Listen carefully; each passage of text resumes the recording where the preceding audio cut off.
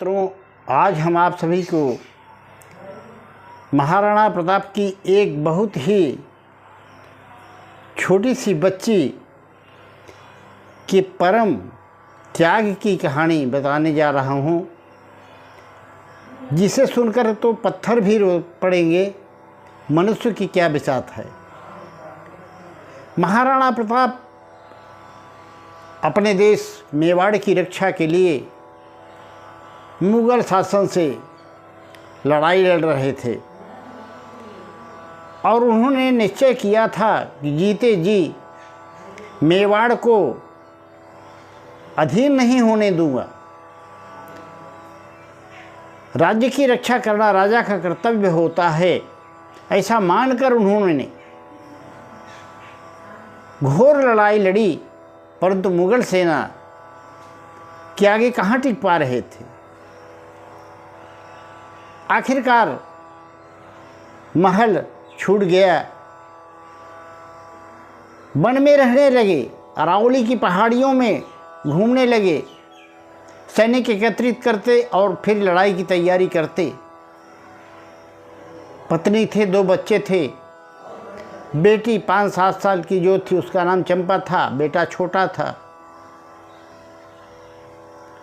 और उनकी पत्नी जो भोजन बनाने के लिए पाती थी, कहीं न कहीं से व्यवस्था। महाराणा प्रताप की कानूनी कहानी तो इतनी है कि यहाँ तक सुना जाता है कि उन्होंने घास की भी रोटियां खाई हैं। मित्रों, ऐसी विकट परिस्थिति में भी वह मुग़ल सल्तनत के आगे झुकने को तैयार नहीं थे।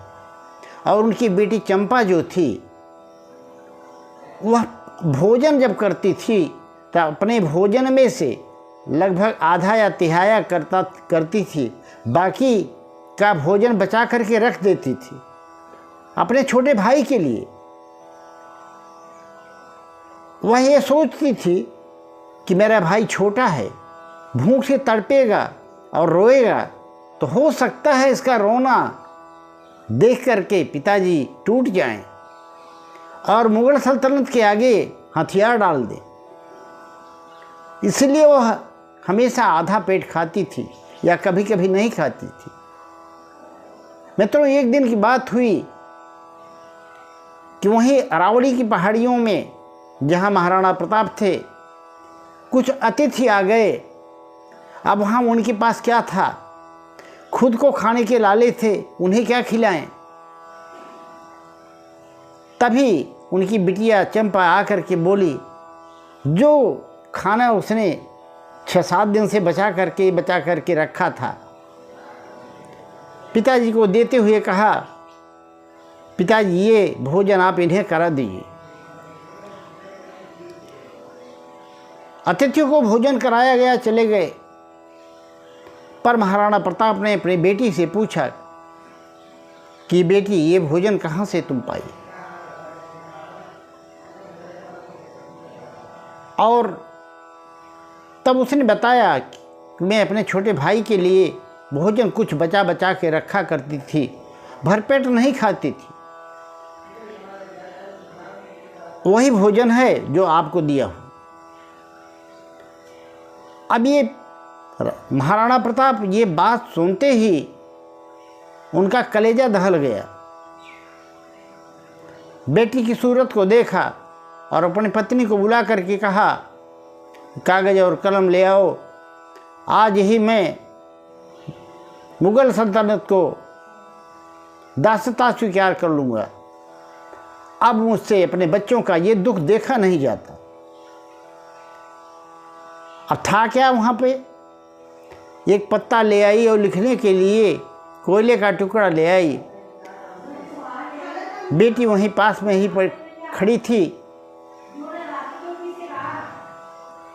और राणा जी जैसे ही लिखने को तैयार हुए, तैसे ही चंपा को मूर्छा आ गई। वो ज़मीन पर गिर गई, क्योंकि वो 7 दिन से भोजन नहीं की थी। और तब महाराणा प्रताप की आंखों से आंसू टप टप गिरने लगे उसके हाथों पर जब आंसू गिरे तो उसकी आंख खुल गई, उसे होश आ गया। उसने कहा, पिताजी आप समर्पण करने जा रहे हैं, अपना धर्म नहीं निभा रहे हैं मेरे लिए। अरे मेरा क्या, ये तो शरीर है, मरण धर्म है, और आज मेरी मृत्यु नहीं होगी तो क्या कभी नहीं होगी? मृत्यु निश्चित है, मृत्यु तो होनी ही है।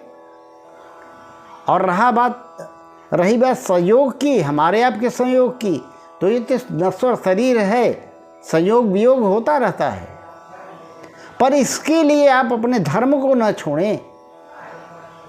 धर्म की रक्षा के लिए आपने जो प्रण लिया है वो न छोड़ें।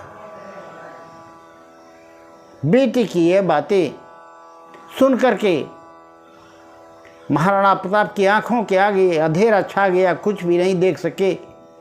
और उनकी बेटी उनकी गोद में ही दम तोड़ चुकी थी, क्योंकि वह 7 दिन से भोजन नहीं की थी। मित्रों, हमारा देश ऐसे ऐसे महान त्यागी, महान क्रांतिकारी लोगों की वजह से आज़ादी हमें मिली है, पर हम उसे समझते नहीं हैं। आज हमारे देश की स्थिति फिर वही हो गई है। पहले राज्य का लड़ाई था, एक दूसरे से जलते थे, एक दूसरे का सहयोग न करके, बल्कि मुगल सल्तनत से मिल जाते थे। आज लोग जातियों में बंट गए हैं, आज़ादी का ख्याल है कहाँ? पर मित्रों, जिस आज़ादी के लिए, जिस धर्म की रक्षा के लिए एक छोटी सी बच्ची ने इतना बड़ा त्याग किया, परम पावन त्याग किया, उसे हमें कभी जीवन में भूलना नहीं चाहिए। ऐसे कच्ची उम्र में किसी महान आत्मा को ही ये प्रेरणा होती है और वह ऐसा कृत्य कर पाती है। तो मित्रों, आपको वीडियो कैसा लगा? अगर अच्छा लगा हो तो कमेंट में राधे राधे अवश्य लिख दीजिएगा। जय हिंद।